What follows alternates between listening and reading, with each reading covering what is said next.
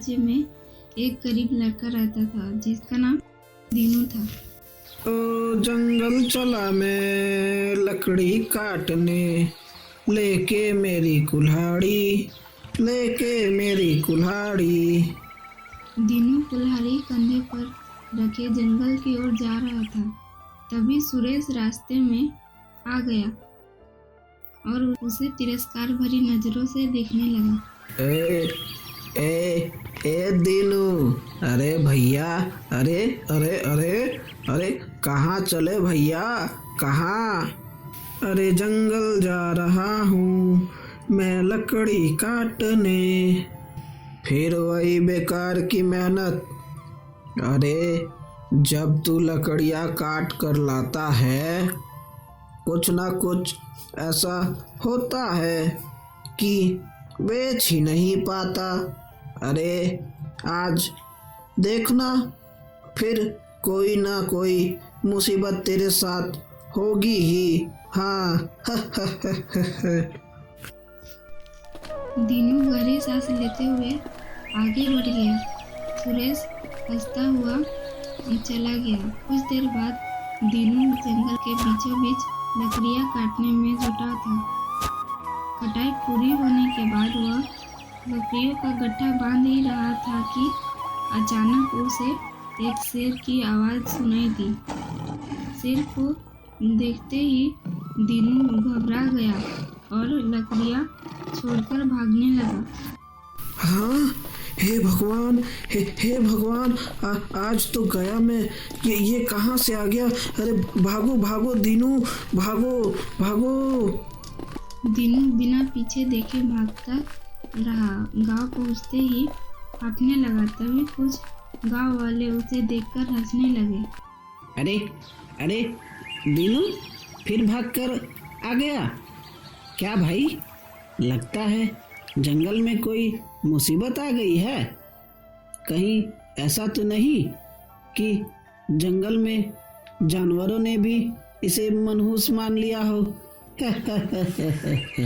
दीनू ने कोई जवाब नहीं दिया और चुपचाप अपने झोंपड़े में चला गया। वह चारपाई पर बैठा ही था कि तभी गांव का एक किशन लाला अंदर आ पहुंचा और दीनू को क्रोधित नजरों से देखता हुआ बोला, ए दीनू, कितनी बार तुमको याद दिलाऊं? अरे कर चुकाने का समय आ गया है ना। अरे लाला जी, मैं जल्दी आपका कर चुका दूंगा। वो क्या है कि आज मैंने जंगल में बहुत ही अच्छी लकड़ियाँ काटी थी, मगर अरे मगर क्या मगर? तू हमेशा कोई ना कोई बहाना बना लेता है और फिर बोलता है यह था, वह था, ऐसा था, वैसा था। हैं? हाँ, मेरी तकदीर ही खराब है लाला जी। तो मैं क्या कहूँ? सीधी बात है, सुनो, अगर कुछ दिनों में कर्जा नहीं दिया तो तेरी झोपड़ी पर कब्जा कर लूंगा। समझ में आया?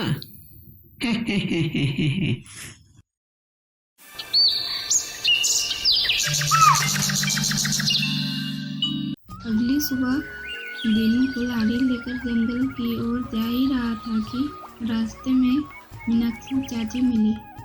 अरे सुना है कल गांव में लोगों ने फिर तेरा मजाक उड़ाया? हाँ चाची, कल तो मैं मरते मरते बचा हूँ। अरे मीनाक्षी चाची, इस पर दया मत करो। अरे ये तो फूटी तकदीर लेकर पैदा हुआ है। इसकी छाया आप पर पड़ गई तो आपका भी किस्मत फूट जाएगी। हाँ। अरे शर्म करो सुरेश, किसी की मेहनत का मजाक उड़ाना आसान होता है, लेकिन तकदीर का फैसला इंसान नहीं करता। यह सुनकर सुरेश गुनगुनाते हुए चला गया और दीनू चुपचाप जंगल की ओर बढ़ गया। दीनू ने मेहनत से लकड़ियाँ काटकर और गट्ठा बांधकर सिर पर रख लिया। वो खुद से बुदबुदाता हुआ बोला, आज तो किसी भी हालत में लकड़ियां बेचकर ही जाऊंगा, चाहे चाहे चाहे जो हो जाए। जैसे ही वह जंगल से बाहर आया, अचानक से एक भयानक आंधी आई। तेज हवा से उसकी लकड़ियां चारों तरफ बिखर गई। दीनू बेबस होकर देखता रहा। निराश होकर दीनू गांव लौट आया और गांव वाले फिर से उसका मजाक उड़ाने लगे। अरे अरे देखो देखो, यह लगता है आज फिर लकड़ियां बेच नहीं पाया। क्यों भैया दीनू, नहीं बेच पाए ना? हाँ, लगता है भगवान ने इसे सिर्फ मेहनत करने के लिए ही बनाया है, फल पाने के लिए नहीं। दीनू बेचारा चुपचाप घर चला गया।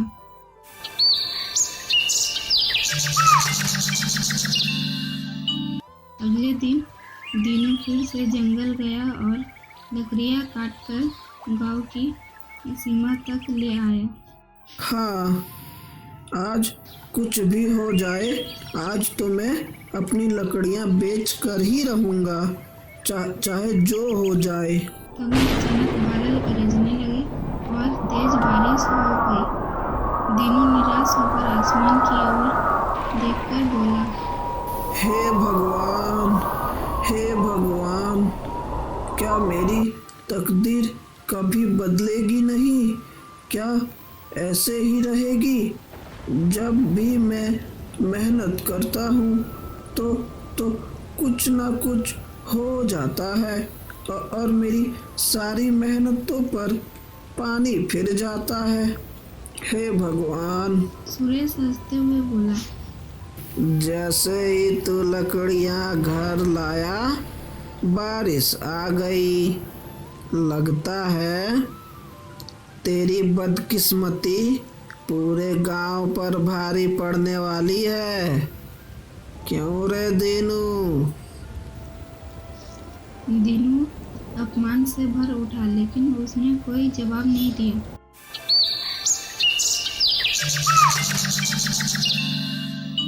अगले दिन दीनू फिर जंगल जाने के लिए तैयार खड़ा था।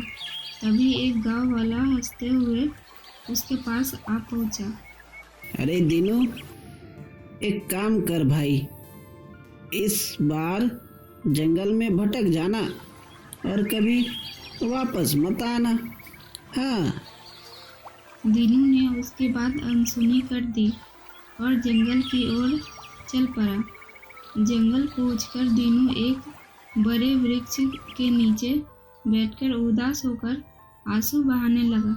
गांव वाले सच कहते हैं, मेरी तकदीर ही फूटी है। जब भी लकड़ियां काट कर बेचने जाता हूँ, कोई ना कोई मुसीबत आ ही जाती है। लाला का कर्ज भी सर पर चढ़ा है। अरे अब करूँ तो क्या करूँ, क्या करूँ? तभी एक साधु वहाँ आ पहुंचा और दीनू को रोते देख ठहर गया। अरे बेटा, तुम्हारी आंखों में आंसू क्यों है? साधु महाराज, जिसकी तकदीर फूटी हो ना, उसकी किस्मत में आंसू ही होते हैं। मैं लकड़हारा हूँ, लेकिन बस नाम का। जब भी लकड़ियाँ बेचने जाता हूँ, कोई ना कोई बाधा आ ही जाती है और लाला का कर्ज बढ़ता ही जा रहा है और गांव में तो सब मेरा मजाक उड़ाते हैं। बस अपनी तकदीर पर मत रो। शायद तुम्हारी तकदीर में राजा बनना लिखा है। दीनू चौंक गया और गुस्से से खड़ा हो गया। अरे जाइए साधु महाराज, पहले से ही परेशान हूँ और आप भी मेरा मजाक बना रहे हैं। अरे जिसकी किस्मत में एक ढंग का काम नहीं लिखा वो राजा कैसे बनेगा।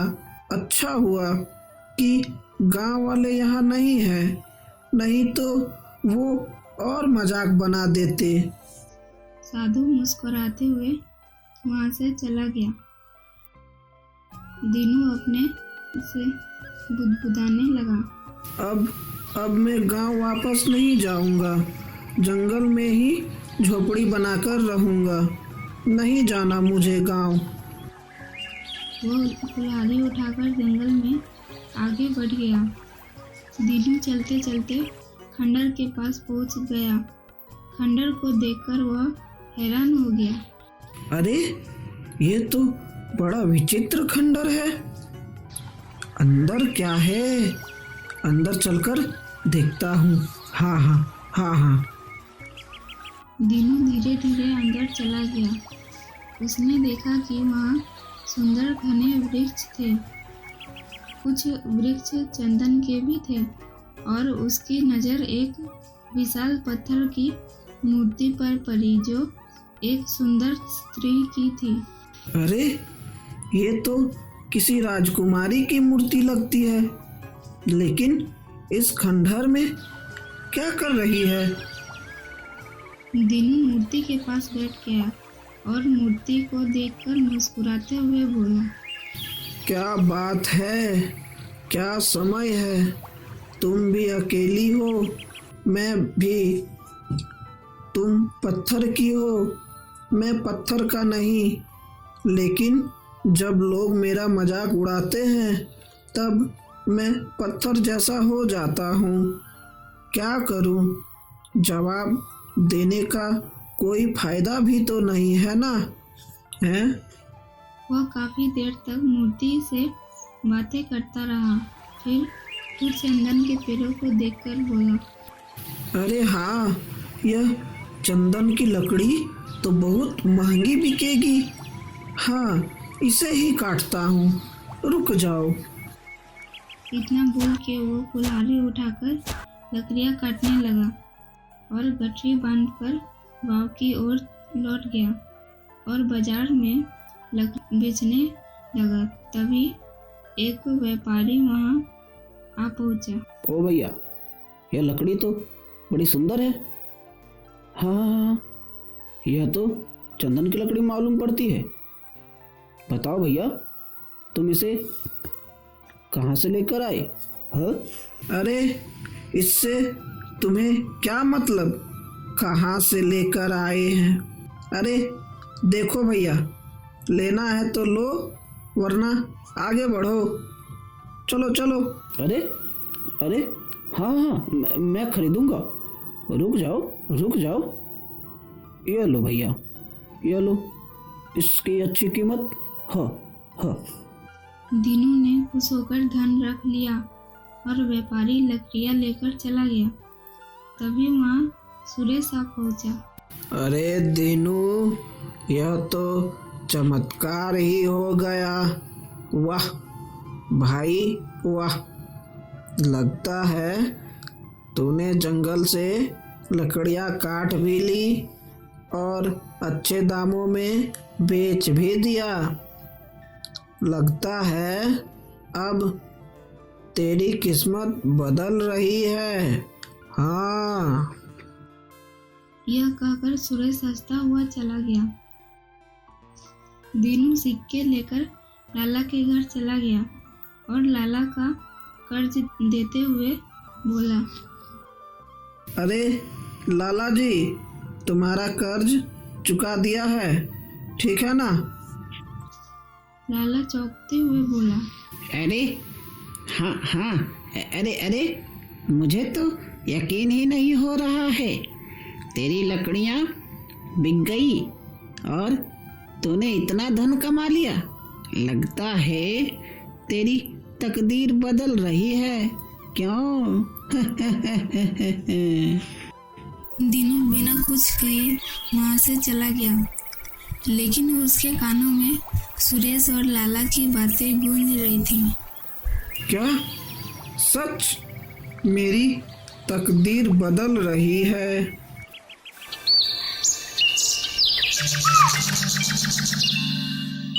अगले दिन दीनू फिर से उसी एक सुनसान खंडर में पहुंच गया। दीनू कुल्हाड़ी लेकर अंदर पहुंच गया। जैसे ही उसकी नजर सामने खड़े चंदन के वृक्ष पर पड़ी, अरे ये कैसे हो सकता है? मैंने तो कल ही इस पेड़ को काटा था, फिर से वही पेड़ खड़ा है। अरे बाबा रे बाबा, कुछ तो गड़बड़ है यहाँ। हाँ, तभी दीनू की नजर पत्थर की प्रतिमा पर चली गई। वह उसके पास चला गया और उसे ध्यान से देखने लगा। तुम्हें पता है, अरे कल पहली बार ऐसा हुआ कि मैंने लकड़ियाँ काटी और बाजार में अच्छे दामों में बिक भी गई।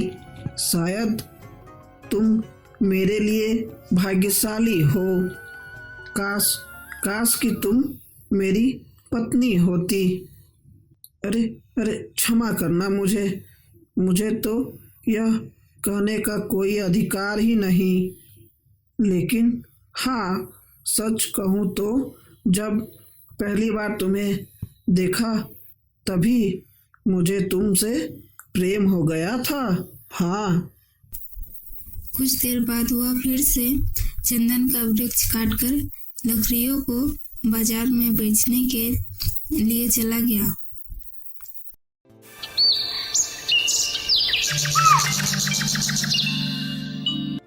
अगले दिन फिर से खंडर में आ पहुंचा। उसने देखा कि वृक्ष फिर से उग चुका था।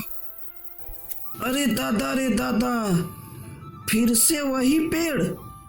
अरे बाप रे बाप, यह तो ससुरा कोई जादू लग रहा है। हाँ। इतना बोलकर वो मुस्कुराते हुए मूर्ति के पास उसके सामने बैठ गया। तुम बहुत ही रहस्यमयी हो, लेकिन ना जाने क्यों तुम्हें देखकर मेरा मन हल्का हो जाता है। शायद इस खंडर की वीरानी तुम्हारी वजह से कम हो गई है। हाँ। दिन ऐसे ही बीतने लगे। दिनू रोज खंडर में जाकर मूर्ति से बातें करने लगा और चंदन की लकड़ियों को बाजार में बेचने लगा। उसकी किस्मत चमकने लगी। जो लोग दीनू का मजाक उड़ाते थे, अब वही दीनू का सम्मान करने लगे।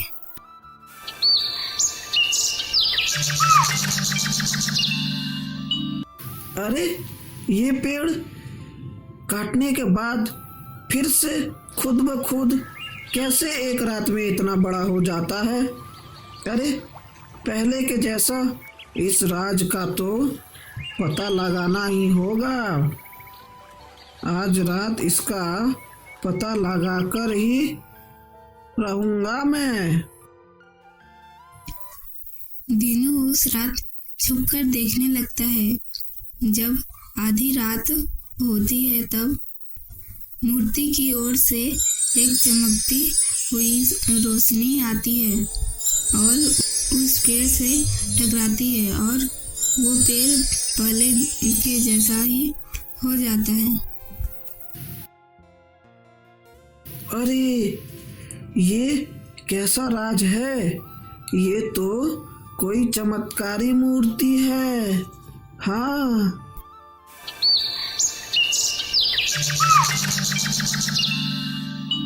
एक दिन दीनू मूर्ति के सामने बैठकर गहरी सांस लेते हुए उससे बोला, हाँ, काश ऐसा होता कि मैं तुम्हारी आवाज़ सुन सकता।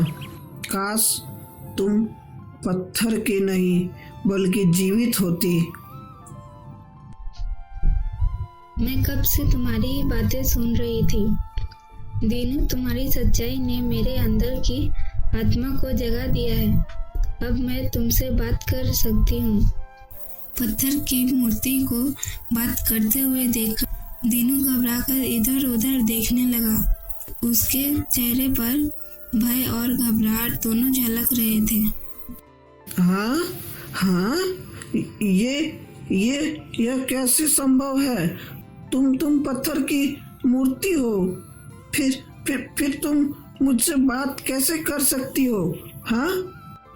तभी पत्थर की मूर्ति से आंसू टपकने लगे। मैं हमेशा से पत्थर नहीं थी दीनू, मैं कौन हूँ यह चाहकर भी नहीं बता सकती। अगर मैंने सच बताया तो मेरा अस्तित्व समाप्त हो जाएगा। मैं जलकर राख हो जाऊंगी और समझ लो कि यह एक श्राप है। दीनू, वर्षों पहले मुझे इस पत्थर की मूर्ति में बदल दिया गया था और तब से मैं यहाँ अकेली खड़ी इस खंडर में कोई नहीं आता जाता था। लेकिन जब से तुमने यहाँ आना शुरू किया है तब से मेरे अकेलेपन का अंत हुआ। तुम्हारी बातें सुनकर मुझे ऐसा लगता है जैसे मैं फिर से जीवित हूँ। तुम विश्वास नहीं करोगे, लेकिन तुम चले जाते हो तो मुझे बहुत बुरा लगता है। मैं हर रोज तुम्हारे आने का इंतजार करती हूँ। अच्छा, और तुम्हारे श्राप का अंत कैसे हो सकता है? मेरा श्राप वही तोड़ सकता है जो बलिदान करना जानता हो। बलिदान? मैं तुम्हारी बात का मतलब नहीं समझा। सीधा सा मतलब है, जब तुम यहाँ आए थे तब तुम्हारी किस्मत तुम्हारे साथ नहीं थी। तुम्हारी तकदीर सितारे गर्दिश में थी। अगर तुम अपने भाग्य का बलिदान दो तो मैं अपने असली रूप में आ जाऊंगी और मेरे ऊपर लगा श्राप समाप्त हो जाएगा। परंतु अपने भाग्य का बलिदान देने के बाद तुम फिर वही हो जाओगे जो पहले थे। तुम्हारे पास धन खत्म हो जाएगा और तुम्हारी तकदीर तुमसे रूठ जाएगी। यह सुनकर दीनू चौंक गया और तेजी से अपने घर की ओर चल पड़ा और पूरी रात वह पत्थर की प्रतिमा के बारे में सोचता रहा।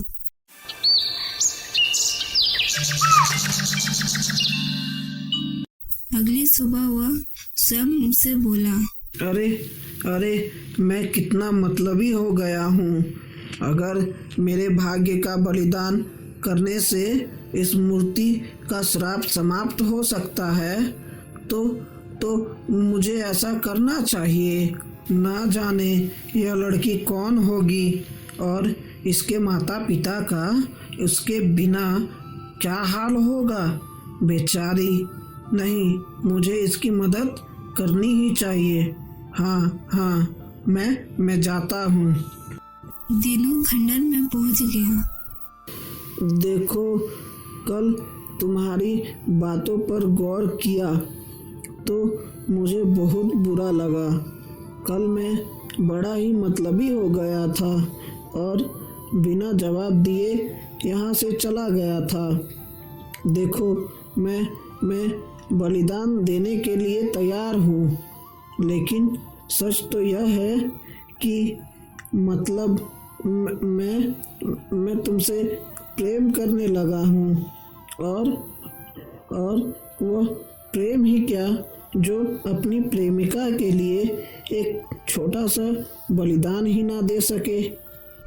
जिसे तुम छोटा सा बलिदान कर रहे हो वह वास्तव में बहुत बड़ा बलिदान है। अच्छा, मुझे क्या करना होगा? तुम्हें बस अपनी जुबान से कहना होगा कि मैं अपने भाग्य का बलिदान देता हूँ, वह भी सच्चे मन से और श्रद्धा से, तभी मेरा श्राप समाप्त होगा। दीनू आकाश की ओर देखकर संकल्पित स्वर में बोला, मैं दीनू अपनी भाग्य का बलिदान देता हूँ। मैं चाहता हूँ कि इस पत्थर की लड़की का श्राप समाप्त हो जाए और यह अपने असली रूप में आ जाए। तभी रंग बिरंगी किरणें प्रकट हुई और देखते ही देखते पत्थर की प्रतिमा एक सुंदर राजकुमारी में परिवर्तित हो गई। दीनू निशब्द होकर उसे देखने लगा। तुम्हारी वजह से मैं श्राप से मुक्त हो गई। मेरा नाम राजकुमारी रूपवती है और मैं इस राज्य के महाराज रस सिंह की पुत्री हूँ। यह दीनू अचंभित रह गया। हाँ, अरे दादा, मैंने सुना था कि महाराज रस सिंह की पुत्री तो लापता हो गई है। मेरे माता पिता को भी नहीं पता कि मेरे साथ क्या हुआ है। तभी रंग बिरंगी किरणों से वही साधु प्रकट हो गया जो जंगल में तीनों को मिला था। अरे आप तो वही साधु महाराज है ना? हाँ, मैं वही साधु हूँ जिसने राजकुमारी को श्राप दिया था। वही बताने आया हूँ कि यह श्राप क्यों दिया था। साधु खंडर के अंदर चंदन के वृक्ष के नीचे तपस्या कर रहा था। राजकुमारी रूपमती घोड़े पर सवार वहां आ पहुंची। यह वृक्ष तो चंदन के है, जबकि यहाँ चंदन उगता ही नहीं, तो फिर ये यहाँ कैसे? राजकुमारी को वहाँ एक सुंदर हिरन दिखाई देती है। अरे ये हिरन कितना सुंदर है, क्यों ना मैं इसका शिकार करके अपने महल में ले जाऊं। राजकुमारी ने हिरन के ऊपर बाण चला दिया और बाण लगने के पहले ही हिरन वहां से हट गया और वो बाण चंदन के पेड़ से टकराकर वापस आकर तपस्या कर रहे साधु के बाजू में जाकर लगा। राजकुमारी ये देखकर डर जाती है। कौन है जिसने मेरे ऊपर ये तीर चलाया है? मेरे सामने आओ। महाराज, ये मेरे हाथों से हुआ है और मैंने ये तीर तो एक हिरन के ऊपर चलाया था, परंतु ये उस चंदन के वृक्ष से टकराकर वापस आकर आपको लग गया। इसमें मेरी क्या गलती महाराज? साधु क्रोध में बोले। तुमने हमारी तपस्या को भंग करने का दुस्साहस किया है और तुमने हमसे क्षमा मांगने के बजाय मुझसे कह रही हो कि इसमें तुम्हारी क्या गलती है? इतना दुस्साहस! हम तुझे श्राप देते हैं कि जैसे ही तेरा मन पत्थर का है वैसे ही तेरा तन भी पत्थर का हो जाएगा। तेरा श्राप तब टूटेगा जब कोई ऐसा मनुष्य तुझे मुक्त करने के लिए अपना सब कुछ निछावर कर दे। रूपवती देखते ही देखते पत्थर की मूर्ति में परिवर्तित हो गई। साधु महाराज, मुझे क्षमा कर दीजिए। मैं तुम्हें क्षमा करता हूँ। तुम अपने कर्मों की सजा मिल चुकी है। अब अपने जीवन में कभी अहंकार मत करना, ठीक है? साधु दीनू की ओर देखकर मुस्कुराते हुए बोला। तुमने जो बलिदान दिया है वह बहुत बड़ा है, लेकिन चिंता मत करो, तुम्हारी तकदीर खराब नहीं होगी, बल्कि तुम्हारी भाग्य के सितारे और बुलंद होंगे। मैंने तुमसे कहा था हो सकता है तुम्हारे भाग्य में राजा बनना लिखा हो। इतना बोलकर साधु वहां से चला गया। दीनू, मैं तुमसे सच्चा प्रेम करने लगी हूँ। रूपवती दीनू को महल ले आई। राजा रस सिंह ने रानी अंजना अपनी पुत्री को देखकर चौंक गए। पिताजी, माताजी, मैं लौट आई हूँ। इतना बोलकर रूपवती पूरी घटना बताने लगी। राजा रस सिंह दीनू की ओर देखकर बोला, हाँ, हमने अपनी पुत्री को देखने की आशा भी छोड़ दी थी। तुम्हारे बलिदान की वजह से हमारी पुत्री मुक्त हुई है। मैं अपनी पुत्री का विवाह तुमसे ही करूँगा। तुम मुझे बहुत अच्छे लगे। अगले दिन दीनू और रूपवती का विवाह धूमधाम से संपन्न हो गया और राजा रस सिंह ने दीनू को राज्य का उत्तराधिकारी घोषित कर दिया।